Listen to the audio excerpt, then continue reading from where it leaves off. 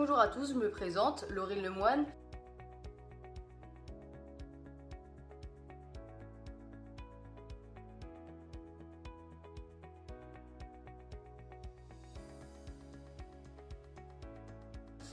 J'ai pu écrire l'étude sur en quoi les fintechs peuvent-elles contribuer à la gestion des risques dans les banques traditionnelles, que je vais pouvoir vous expliquer en vidéo. Donc pour commencer, une fintech, en fait, c'est la contraction des mots finance et technologie. Ce sont des entreprises qui utilisent des moyens technologiques innovants pour améliorer les activités financières. Ça peut être sur différents sujets comme la réglementation, les moyens de paiement, le financement, en fait tout ce qui touche un petit peu au domaine bancaire et financier. Donc je vais vous donner quelques exemples de fintech que vous allez sûrement connaître. Par exemple le paiement mobile Lydia, les néobanques Punto, N26 ou Revolut, les cagnottes Litchi ou encore les plateformes de crowdfunding WishShareBond. Nous on va plutôt s'intéresser aux fintech liées à la réglementation, qu'on appelle les RegTech. Donc elles servent à aider les banques à être conformes aux évolutions réglementaires et à gérer leurs risques. Pour ça, les RegTech vont utiliser différentes technologies innovantes pour, par exemple, analyser des données rapidement ou encore pour stocker des informations de manière sécurisée.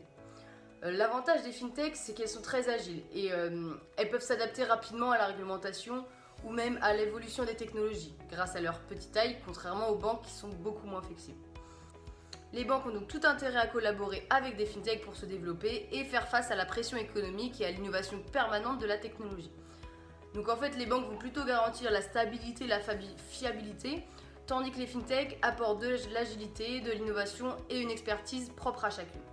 Cependant, les fintechs pour travailler avec des banques doivent utiliser les données des banques, ce qui peut poser problème au niveau de la conformité. En effet, les banques sont soumises à des contrôles fréquents sur les risques de blanchiment d'argent, le financement du terrorisme, etc. Alors que les fintechs sont beaucoup moins régulés. Par exemple, les plateformes de crowdfunding génèrent des fonds pouvant aller jusqu'à 300 millions d'euros et on ne sait pas réellement où va cet argent.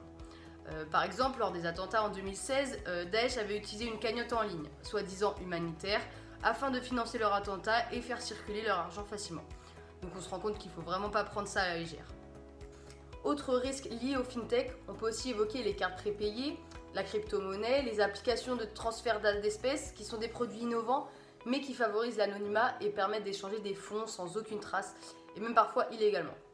De plus, les banques ont un nombre massif de données confidentielles, tant sur leurs clients que sur leur stratégie commerciale et leurs informations personnelles. Ainsi, si une banque décide de partager ses données avec une fintech et que celle-ci se fait pirater, les données pourront être récupérées illégalement et utilisées à des fins non voulues. Ce qui est bien sûr à l'encontre des banques, mais surtout cela va détruire l'image auprès de leurs clients. En plus de ça, les banques sont régies par le secret bancaire. Ils n'ont donc pas le droit de donner des informations confidentielles aux fintech sans demander l'accord à leurs clients. C'est ce que font d'ailleurs les agrégateurs qui centralisent les comptes bancaires sur une seule application, ce qui permet du coup au client d'avoir tous ses comptes sur une seule application, peu importe la banque où il peut se trouver. Donc pour ça, le client il doit donner à l'agrégateur tous les mots de passe de ses différents comptes afin que l'agrégateur puisse faire le lien. Mais le problème, c'est qu'on ne sait pas vraiment ce que va faire ensuite l'agrégateur des données qu'il a pu collecter par son client et si aussi les serveurs sont suffisamment sécurisés et réglementés. Donc c'est pourquoi les banques doivent se méfier des fintech, choisir seulement celles qui leur apportent une réelle valeur ajoutée et qui ne portera pas atteinte à l'image de la banque. Pour éviter ce type de problème, les banques peuvent faire passer des stress tests aux fintech pour connaître leur résistance aux situations critiques et surtout être sûr de leur fiabilité. De plus, pour rassurer les banques, les fintech doivent avoir un statut réglementé pour éviter les risques de non-conformité et montrer leur vigilance vis-à-vis du blanchiment de capitaux et du financement du terrorisme, et ainsi prouver aux banques leur crédibilité. Donc ça, c'est un point très important que les banques vont donc regarder aux fintech pour savoir si elles sont réglementées et si du coup on peut leur faire confiance. Il y a aussi de nombreux services qui travaillent chaque jour pour encadrer les fintech, comme par exemple le service de renseignement TracFin qui est spécialisé dans la lutte contre le blanchiment et le financement du terrorisme, et aussi l'autorité de contrôle prudentiel et de résolution qui est liée à la Banque de France et qui surveille toutes les activités bancaires.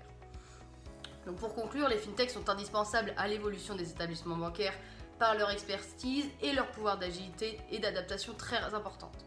Cependant, les fintechs arrivent facilement à éviter les réglementations qui les déplaisent et pourraient dégrader la confiance que les banques ont envers elles. Il faut donc continuer bien évidemment à travailler avec des fintechs car c'est l'avenir de notre économie, mais en se méfiant des données qu'elles ont accès afin d'éviter des conflits avec les banques et avec les autorités de régulation. Merci beaucoup de m'avoir écouté. Si vous voulez lire mon étude en entière, vous pouvez avoir le lien juste en dessous de la vidéo. Et sinon, si vous avez des questions, surtout n'hésitez pas, je suis joignable sur mon LinkedIn.